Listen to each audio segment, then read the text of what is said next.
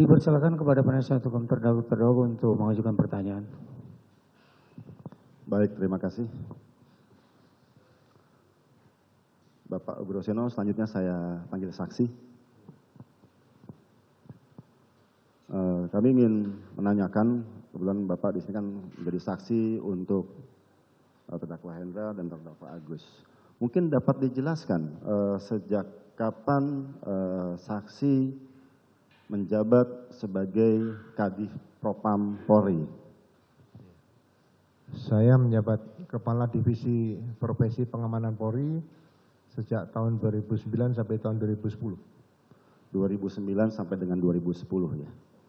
Pada saat saksi menjabat sebagai Kadif Propam Polri, apakah saksi mempunyai anggota di Propam terdakwa Hendra dan terdakwa Agus? Ya, saya saat Kadif Propam bersama saudara Hendra Kurniawan waktu itu di Biro Paminal. Di Biro Paminal ya? Iya. Iya. Sedikit mungkin terkait masalah teknis pada saat Bapak menjabat sebagai Kadif Propam. Apakah pada saat Bapak menjabat dulu ada kejadian menonjol, ya, di mana secara paralel ada satu pemeriksaan ditangani satuan kerja lainnya. Sebagai contoh mungkin antara Div Propam atau khususnya Paminal bekerja sama dengan satuan kerja reserse, seperti itu.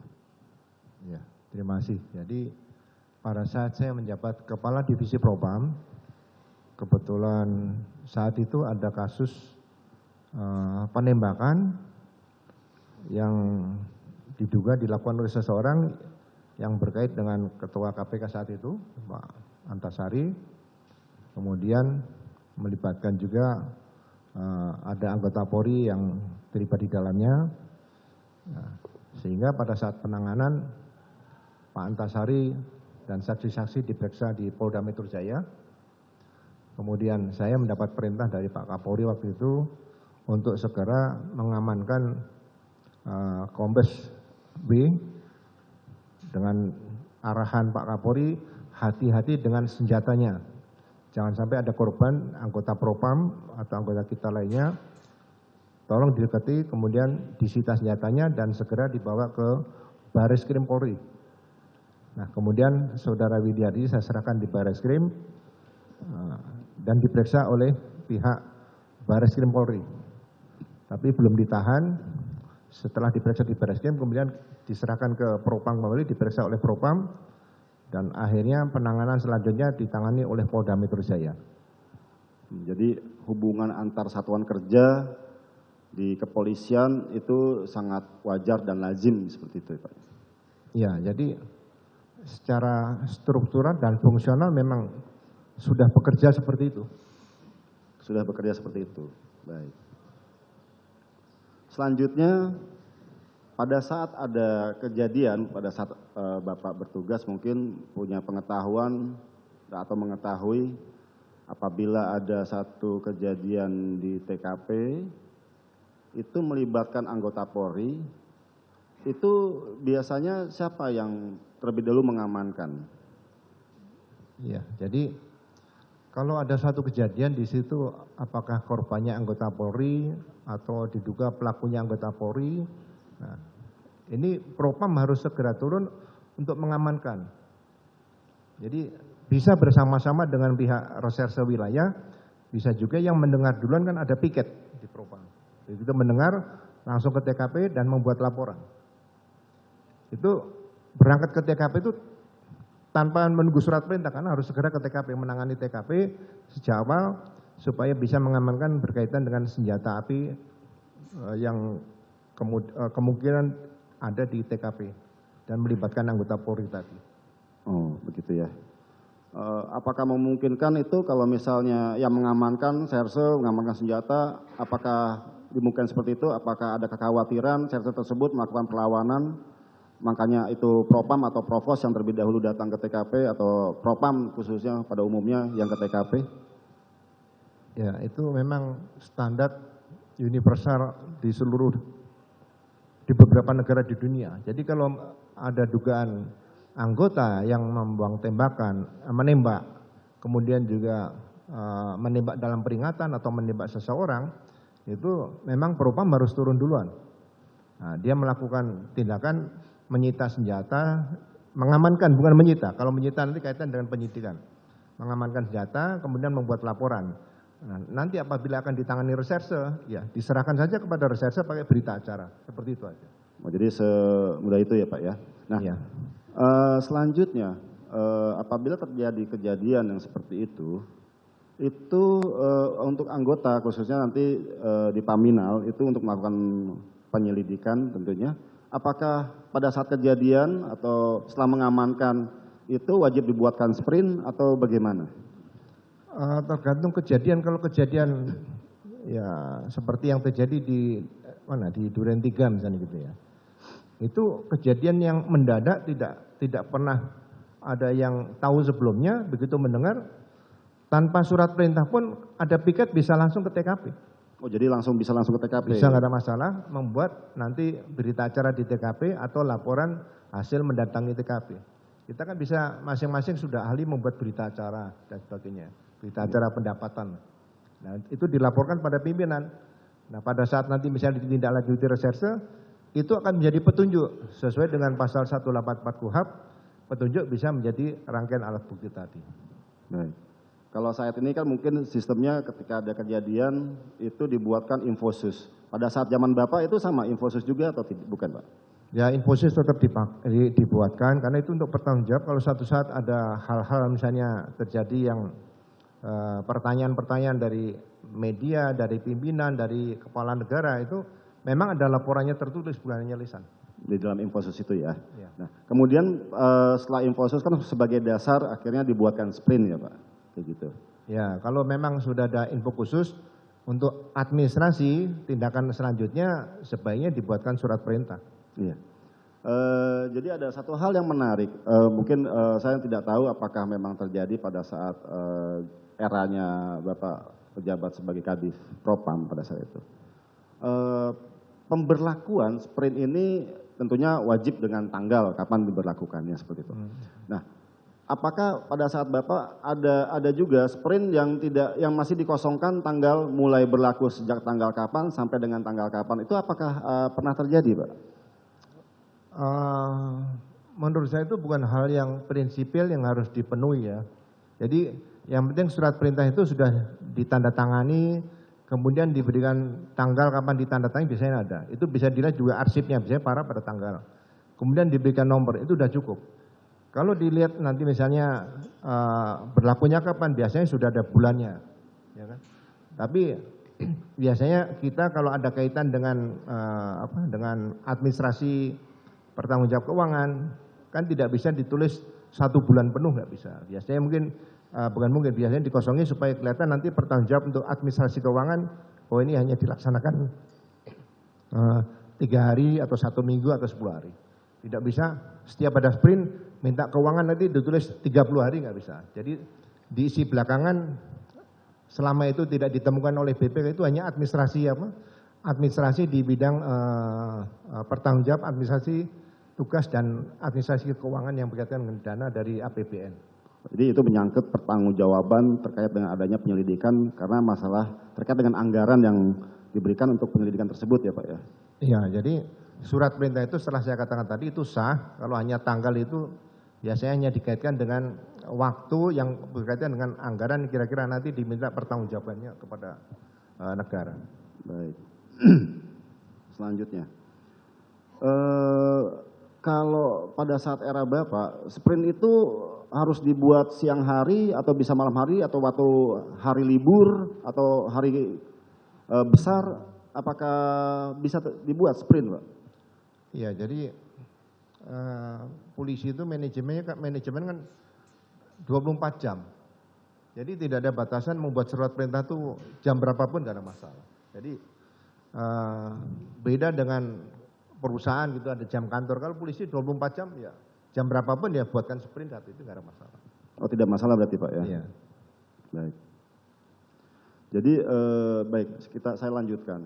Dalam sprint itu kan terdapat ada kalimat koordinasi dengan instansi terkait, ya seperti itu. Itu merupakan bahasa baku dalam sprint ya. Mungkin bisa dijelaskan itu koordinasi dengan instansi terkait itu maksudnya seperti apa gitu Pak? Ya koordinasi misalnya di situ melibatkan begini, ada kejadian, ada anggota polisi yang terlibat, ada masyarakat, ada aparat TNI, ya kita koordinasi dengan garnisun, dengan pihak misalnya dari Pemda dan sebagainya, ada aparat Pemda terlibat. Koordinasi biasa ya fungsional aja yang ada di situ aja. Nanti masing-masing yang diajak koordinasi, biasanya kalau kejadian malam dan sebagainya kan ada piket atau perwira pengawas.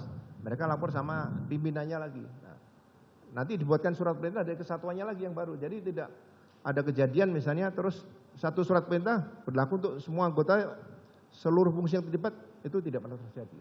Oh, berarti dengan demikian kalau misalnya dengan koordinasi dengan satuan kerja reserse seperti itu ya. Jadi itu kan berkoordinasi. Jadi anggota serse yang diajak koordinasi itu wajib untuk membuat surat tugas dan sprint sesuai dengan mungkin laporan ke atasnya atau bagaimana itu Pak? Ya. Atau harus dilengkapi, itu apakah surat perintah yang mungkin Paminal punya itu bisa untuk membuat sprint ke satuan kerja lain ya? Itu tidak pernah terjadi karena mereka kan ada anggaran masing-masing, ada pertanggung jawab masing-masing. Jadi Satker yang koordinasi tadi yang diajak kerjasama juga pimpinannya harus menerbitkan surat perintah baru lagi untuk anggotanya sendiri. Jadi itu kembali ke masing-masing satuan kerja ya? Ya, jadi kalau misalnya berangkat tugas ya operasi di Papua atau di Aceh, itu yang ambil alih surat perintah adalah asisten operasi Kapolri itu asisten operasi yang bikin surat perintah melibatkan semuanya. Tapi kalau masih berkaitan dengan fungsi masing-masing ya cukup satuan yang bersangkutan. Satuan, berarti satuan yang bersangkutan yang membekali dirinya untuk surat tugas apapun sprint itu ya Pak ya. Baik.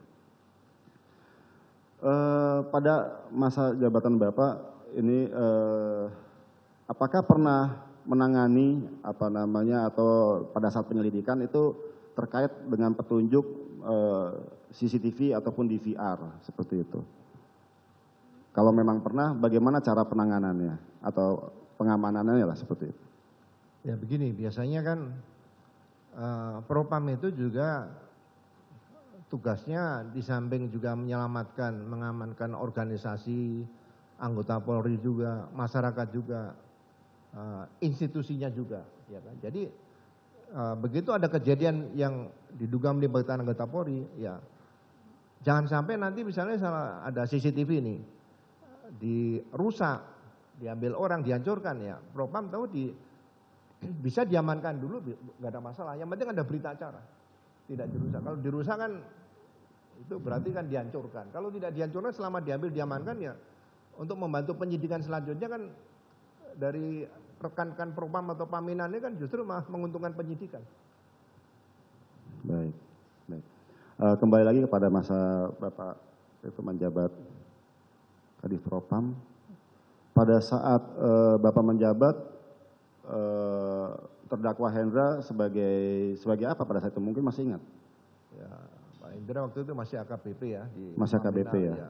Ya, pernah bertugas sama saya waktu menyelidiki anggota Polri, Polda Kepulauan Riau melakukan perompakan di wilayah perairan Malaysia. Sama saya Hendra berangkat ke Malaysia untuk melakukan penyelidikan bersama itu. Bagaimana pada saat Pak Hendra berdinas dengan Bapak itu kinerjanya seperti apa? Ya, menurut saya sangat luar biasa karena ya, saya lihat bahasa Inggrisnya bagus. Jadi saya bisa bahasa Inggris tapi tidak sebagus Hendra. Gitu loh. Jadi kan dari Malaysia kita pergi ke Singapura yang melintas ini. Ya Hendra di depan, saya di belakang, jangan saya di depan nanti nggak bisa terus-terusan. Jadi selama dengan saya memang integritasnya ya mohon maaf tinggi lah. Terkait dengan etos kerja terdakwa Hendra itu gimana menurut pengalaman ahli pada situ? Apakah cuma manut-manut aja diperintah siap laksanakan atau bagaimana atau seperti apa? Mungkin ada pada saat waktu itu Bapak memerintahkan Hendra seperti itu. Ya, dia kalau ada misalnya ada informasi dari luar, saya panggil Hendra sebagai pamina, tolong dipertegas.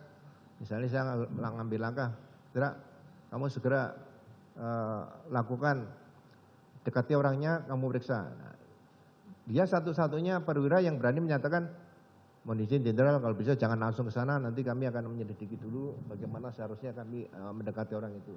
Jadi dia bisa berbeda pendapat. Nah, ini yang terjadi pada saat zaman saya lebih senang punya anak buah yang seperti ini, jadi tidak bisa menjerumuskan pimpinan, dia punya prinsip, gitu aja. Begitu ya. Ya. Terakhir kita mendapat informasi juga bahwa Pak Hendra ini mendapatkan 3 pin emas, ya kan, gitu, sampai 3. Itu apa yang saksi ketahui tentang pin emas? Saya tidak mengikuti pin emas, tapi pin emas zaman Kapolri saya mungkin saya tidak tahu ya, mungkin penghargaan kepada anggota-anggota yang punya prestasi sangat luar biasa mendapatkan pin emas tersebut ya. Tapi zaman saya dulu belum ada. Oh, zaman Bapak belum ada ya, belum dikasih ya. Baik. Selanjutnya, kalau misalnya satuan kerja di reserse, ada anggota ya, satuan kerja di reserse, dia kan bersifat organik di satuan kerjanya, itu ditempatkan di satuan kerja yang lainnya. Berarti di BKO kan lah. Dalam hal ini kalau dalam kasus lingkaran kasus 340 ini itu kan almarhum Yosua itu adalah organiknya di Tipidum, ya kan gitu. Dia ditempatkan di BKO kan di Propam. Nah, kalau misalnya ada kejadian sama orang yang bersangkutan tersebut, itu yang mempunyai satu lingkup tanggung jawab terkait dengan anggota tersebut, apakah tetap Propam karena dia BKO di Propam atau di Pidum juga? Ya seharusnya dia organik di mana? Kalau BKO kan hanya sementara yang melaksanakan tugas. Iya. Jadi seharusnya organisasi yang organik yang bersangkutan lah yang bertanggung jawab kalau ada apa-apa.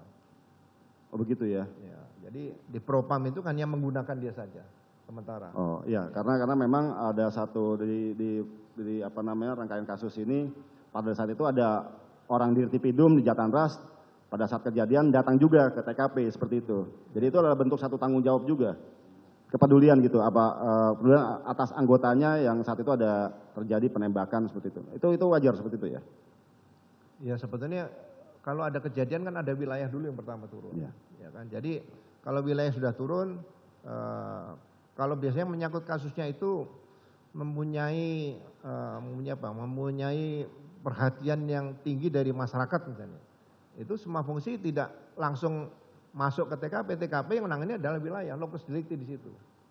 Jadi pihak-pihak lain yang datang ke situ mungkin bisa memberikan saran dan sebagainya. Jadi penanganannya itu harus mengedepankan wilayah dulu yang bekerja. Baik. Jadi tapi terkait dengan pertanggungjawaban dia organik di mana dia berasal itu menjadi satu tanggung jawab organiknya itu tersebut ya. Iya, tetap tanggung jawab. Kepedulian mungkin ya seperti itu ya. Baik.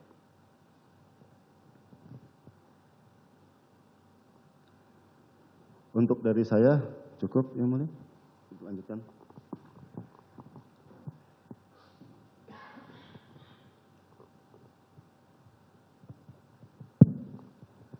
Terima kasih yang mulia, izin melanjutkan. Bapak Ugroseno, selanjutnya saya panggil saksi ya Pak.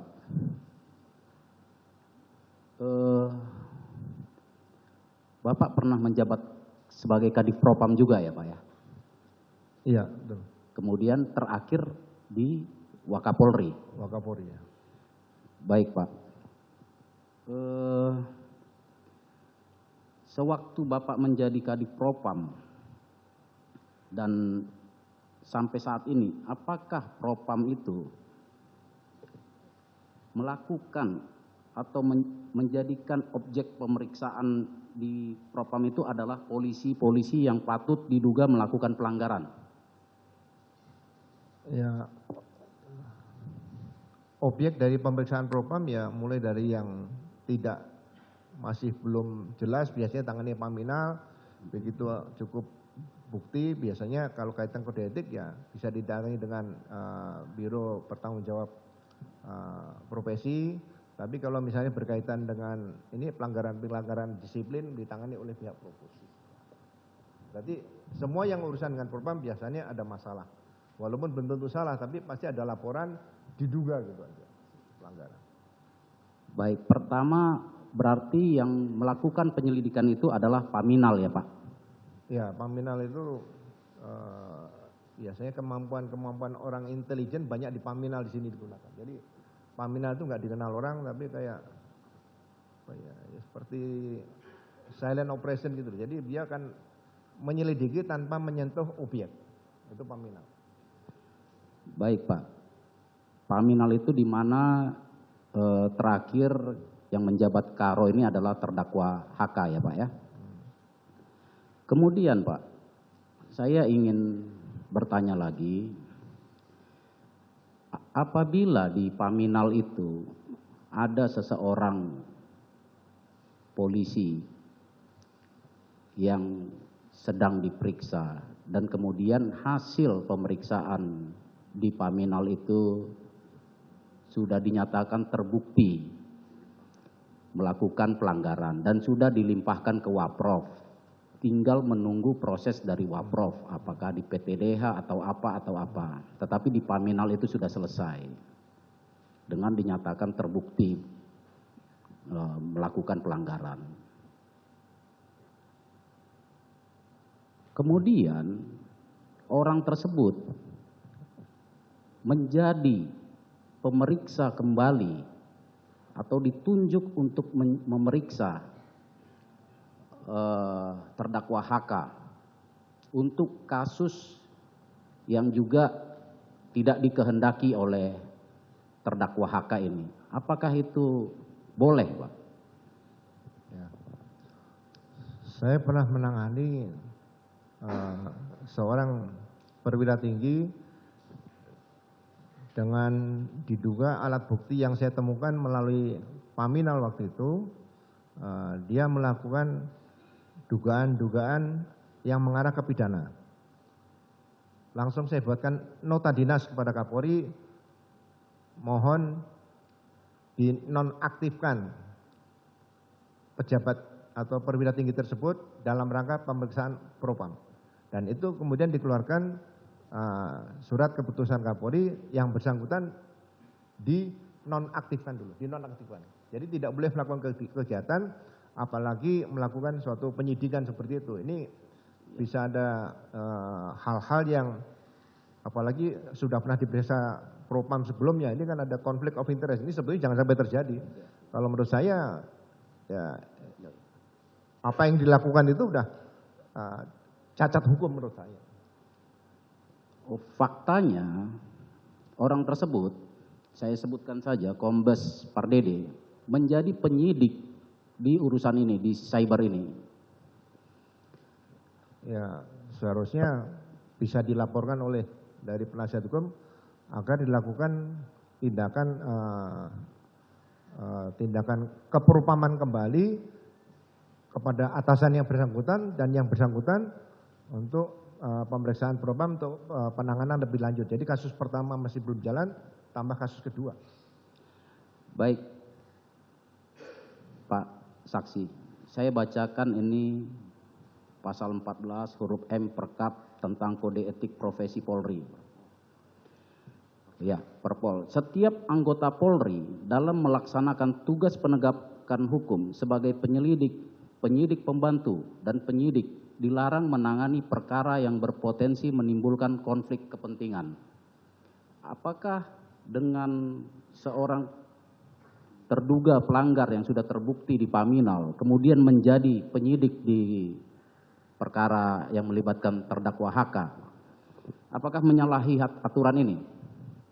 Ya, justru itu, kalau ada isu seperti itu, menurut saya, ya, Paminal yang sekarang ini turun, kemudian melakukan langkah-langkah, siapa yang memerintahkan orang yang bermasalah tadi untuk melakukan tindakan-tindakan kepolisian, misalnya melakukan pemeriksaan.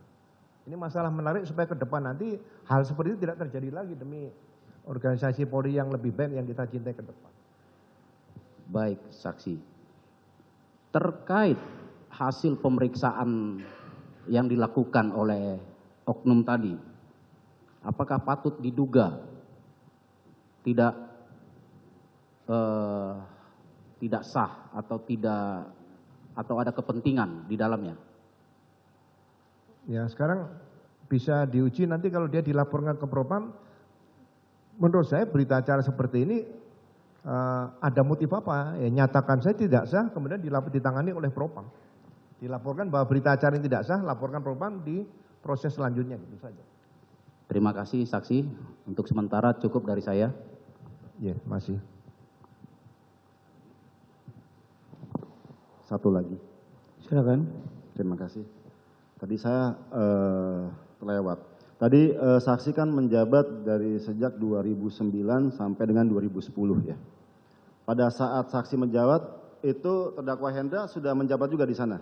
Sudah Ya? Nominal ya. Ya. Karena sampai dengan saat ini ternyata biasanya orang masuk Paminal buat mungkin stepping stone, habis itu jadi Kapolres dan lain sebagainya. Ternyata sampai dengan 2009-2010 Bapak menjabat Kadif Propam, sampai dengan saat ini terakhir jabatannya terdakwa sebagai Karo Paminal dan tidak pernah pindah-pindah lagi selain di Paminal. Itu menurut pengalaman dari saksi itu ada nggak polisi seperti itu, hobinya di Paminal terus? Biasanya orang kan mau nyari tempat-tempat yang lebih baik gitu. Ya, saya tidak pernah melihat seperti itu. Biasanya orang kalau tugas di Propam itu ya kalau bisa jangan lama-lama. Kalau bisa jangan lama-lama ya. Apalagi Paminal itu ya. Sebenarnya Paminal kalau zaman dulu kan pengamanan sandi. Orang kalau waktu saya masih pangkat mayor tahun 90-an itu kalau lihat Pamsan itu udah ini pasti akan ngawasi saya gitu. Ya, jadi memang ditakuti, disegani gitu. Jadi kalau Pak Hendra Kurniawan tugas di Paminal, saya juga begitu mendengar peristiwa ini, Hendra ini kok mencintai Propam. Ini mungkin sangat luar biasa, jarang polisi seperti ini. Begitu ya. Jadi jarang polisi mau lama-lama di Paminal ya Pak ya? Ya, kecuali jadi fungsi yang lain lah mungkin ya. Tapi kan kejenuhan ada, tapi dia hebat tidak jenuh tugas di situ. Itu yang saya lihat kehebatan ini si Pak Hendra Kurniawan itu aja. Oh ya, baik. Terima kasih. Ada yang mau nambahkan? Cukup dari kami yang mulia. Baik, silakan dari penuntut umum. Baik, majelis hakim. Saudara saksi, saya tertarik tadi masalah yang diajukan oleh penasihat hukum tentang surat perintah yang tidak jelas jangka waktunya. Itu yang saudara jelaskan tadi, apakah pendapat atau memang diperbolehkan ada oleh ketentuan di Propam? Ada ketentuannya kalau nggak pakai tanggal tidak apa-apa gitu. Gimana? Selama tidak ada temuan dari inspektorat, tidak ada temuan dari BPK menyatakan surat itu tidak sah, menurut saya ya surat itu sah. Artinya menurut Bapak ya? Iya. Iya. Jadi selama tidak ada temuan dari inspektorat atau pemeriksaan bahwa surat itu sah. Berarti selama kalau tidak ditemukan ya? Ya biasanya kan ada audit dan sebagainya. Iya, baik. Selama itu tidak terjadi ya, kecuali ditemukan oleh Irwasum atau BPK bahwa surat itu tidak sah. Ya paling untuk perbaikan saja, tidak dinyatakan surat palsu, nggak ada. Baik. Kemudian ditanyakan hubungan dengan yang saudara jelaskan tadi, apakah sewaktu saudara tadi kan saksi pernah menjabat Kadif Propam ya? Sewaktu saksi menjabat Kadif Propam pernah menandatangani surat yang seperti itu? Jadi kalau saya tanda tangan surat itu biasanya belum ada nomor. Ya, saya tanda tangan dan itu nanti berjalan sendiri prosesnya. Jadi saya tidak pernah membawa surat itu minta tanggal, minta nomor, nggak ada. Itu ada proses sendiri. Untuk nomornya saja ya? Ya nomor sama semua diisi, biasanya diisi pakai pulpen. Nomornya ya? Ya. Nomor surat maksud Bapak ya? Iya. Oh, baik. Yang kedua tadi masalah pengamanan barang bukti boleh dilakukan Paminal dengan berita acara. Itu tadi Pak ya, pengamanan barang lah. Kalau Paminal kan belum ada barang bukti ya, barang gitu ya. Kalau tidak ada berita acara pengamanan barang itu, apakah pengamanan barang itu sah? Tidak ada berita acaranya, Pak, gitu. Ya, paling tidak kalau setiap polisi yang mengambil suatu langkah entah mengamankan, dia harus membuat berita acara. Harus ada. Harus ya? Harus ada. Harus. Berita acara. Cukup majelis. Ada lagi? Cukup.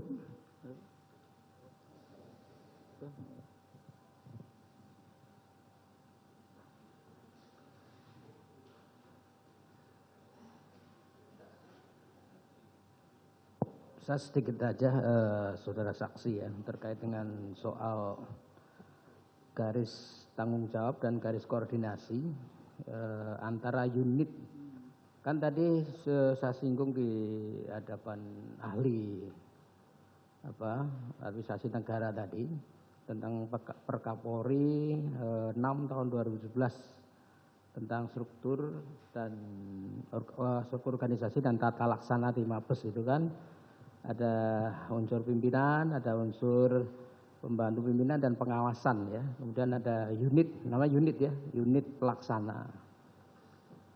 Nah, di bagian struktur organisasi itu kan di Propam itu di bagian unit pembantu ya, pembantu pimpinan ya, betul? Iya. Betul. Nah, kemudian kalau Bareskrim itu kan unit pelaksana. Pelaksana. Nah, apakah saksi bisa menjelaskan dari sisi filosofi pembagian unit itu dikaitkan dengan bagaimana koordinasi yang dilakukan antara dua unit yang katakanlah dua-duanya itu kalau saya lihat bagannya itu semua bertanggung jawab kepada Kapolri ya, kepada pimpinan. Bisa saksi jelaskan? Iya, biasanya kalau ada masalah Kapolri kan mendapat laporan 1 kali 24 jam. Ya. Apalagi itu nanti ditangani Propam juga datang, Bareskrimnya juga ada yang datang, dari wilayah juga ada, dari Intel ada. Biasanya langsung dilanjutkan rapat atau gelar perkara tersebut yang dipimpin oleh Kapolri atau Wakapolri atau siapa yang ditugaskan, misalnya Irwasum. Ya, baik. Saya tanyakan lagi. Kalau ada sebuah peristiwa pidana, ya, katakanlah ada laporan masuk yang juga didengar sebagaimana tadi saudara saksi uraikan, Paminal juga dengar ini, Propam juga dengar, langsung bergerak tanpa menunggu surat perintah. Bisa dimaklumi itu ya, di lapangan bisa kita maklumi juga. Nah, Propam ke sana, Paminal ke sana, ke tempat terjadinya peristiwa ya, TKP. Beritanya kan terjadi antar anggota begitu kan. Propam ke sana, Paminal ke sana, tapi di sana juga sudah ada unsur dari reskrim. Ya. Bahkan dia sudah melakukan fungsi reskrimnya. Kalau sudah seperti itu bagaimana sesuai dengan pengalaman saksi selama saudara pernah menjadi Kadif Propam di sana? Terkait dengan soal koordinasi tadi loh. Di sana sudah ada reskrim, sudah bekerja juga fungsinya. Nah, pembagian koordinasi tadi seperti apa? Bisa saudara saksi jelaskan? Iya, tergantung kasusnya Pak. Kalau kasusnya tuh murni yang umum ya, Paminal datang mungkin melihat situ membuat laporan saja, tidak sampai ke apa? Hanya membuat laporan saja. Iya, laporan mungkin bisa pengamatan, hasil pelaksanaan tugas di TKP dibuat laporan. Ya. Tapi kalau menyangkut ada bahan keterangan dalam konteks Paminal kan bahan keterangan bukan barang bukti itu. Iya. Oh, keterangan aja, bukan barang bukti, tidak nangani barang bukti. Iya, keterangan saja kan? Iya, tidak mengganggu situ. Tidak Tapi mengganggu. kalau berkaitan diduga ada anggota yang terlibat, mungkin jadi korban atau jadi pelaku, ada dengan senjata api dan sebagainya, biasanya bukan hanya Paminal, Propam itu termasuk Paminal, ya datang ke TKP yang diamankan senjata itu dulu. Tapi kalau wilayah itu kalau ada anggota terlibat. Tapi kalau tidak ada anggota terlibat, ada senjata api ya ditangani wilayah saja. Ya. Nah kan tentu Paminal kan juga butuh bahan keterangan untuk sebagai bahan untuk laporan terkait dengan soal perilaku tadi itu. Nah, pertanyaannya, bahan keterangan itu kalau katakanlah itu beririsan atau justru dibutuhkan untuk proses fungsi reskrim tadi bagaimana? Biasanya nanti jadikan petunjuk. Siapa yang datang ke TKP pertama, apa yang dilihat juga kan bisa menjadi bahan masukan pada pimpinan. Tapi kan kalau dijadikan saksi kemungkinan kecil tidak, karena sesuai dengan KUHP, saksi kan hanya melihat, mendengar atau mengalami sendiri. Dia hanya membuat laporan. Mungkin pada saat suatu gelar itu hanya bisa dapat menjadi masukan pimpinan aja lah. Ya. Artinya irisan batas kewenangan itu sudah nampak jelas sekali ya. Iya. Oh ini urusan Paminal, oh ini urusan Reskrim untuk kaitannya dengan soal peristiwa pidana itu. Ya, jadi mohon maaf Pak Hakim. Jadi kalau ada kejadian itu mungkin ada polis lain itu batasnya kan di situ. Jadi tidak boleh setiap orang masuk TKP di situ. Jadi kalau masuk TKP, polisi masuk TKP ngacak-ngacak juga senanya itu ya mungkin pengetahuannya kurang saja. Tapi sebenarnya ada batasan-batasan yang di mana dia berperan di mana itu sudah jelas. Ya itu tadi karena saya kaitkan dengan soal struktur bahkan tadi antara unit pelaksana, antara unit pengawas dan tadi. Siap. Ya, cukup. Baik, terima kasih untuk keterangan Anda. Siapa? Ini KTP-nya Bapak? Ya. Ini KTP-nya, udah cukup?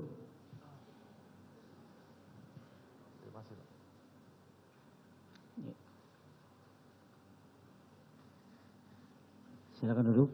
Iya, kami belum tanyakan kepada terdakwa. Ada pertanyaan atau tanggapan dari saksi Arjat ini? Cukup yang mulia. Cukup? Cukup ya. Baik, terima kasih. Terima kasih Pak. Iya.